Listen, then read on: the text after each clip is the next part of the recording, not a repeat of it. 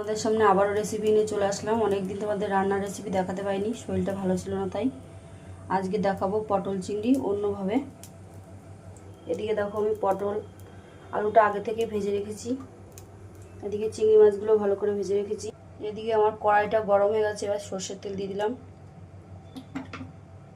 এদিকে দেখো আগে থেকে মশলার পেস্ট করেছি, কাজু, লঙ্কা, আদা, পেঁয়াজ, রসুন, টমেটো কুচি সব দিয়ে পেস্ট করে রেখেছি।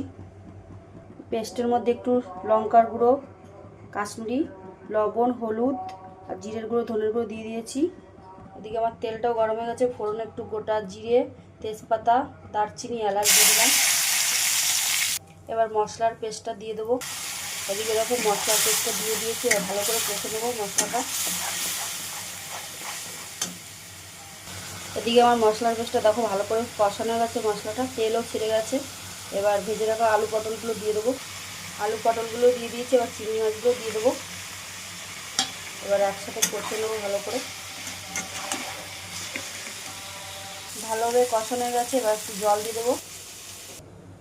জল দিয়ে দিয়েছি, এবার ঢাকনা দিয়ে 10-15 মিনিটের মতো ঢেকে দেবো। ঢাকনাটা দিয়ে ঢেকে দিয়েছি, আর 15 মিনিট পর আবার দেখাচ্ছি। এবার ঢাকনাটা তুলে নিচ্ছি, 15 মিনিট হয়ে গেছে। এবার কটা কাজু দিয়ে দিলাম। এদিকে আমার পটল চিংড়ি কাজু দিয়ে হয়ে গেছে। এবার গরম মশলা দিয়ে নামিয়ে দেবো।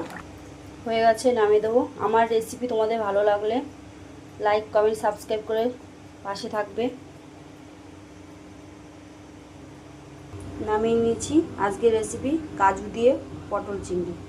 আমি আমার মতো করে দেখলাম, আবার কালকে কোনো রেসিপি নিয়ে তোমাদের সামনে আসবো। আজকের রেসিপি এই পর্যন্ত।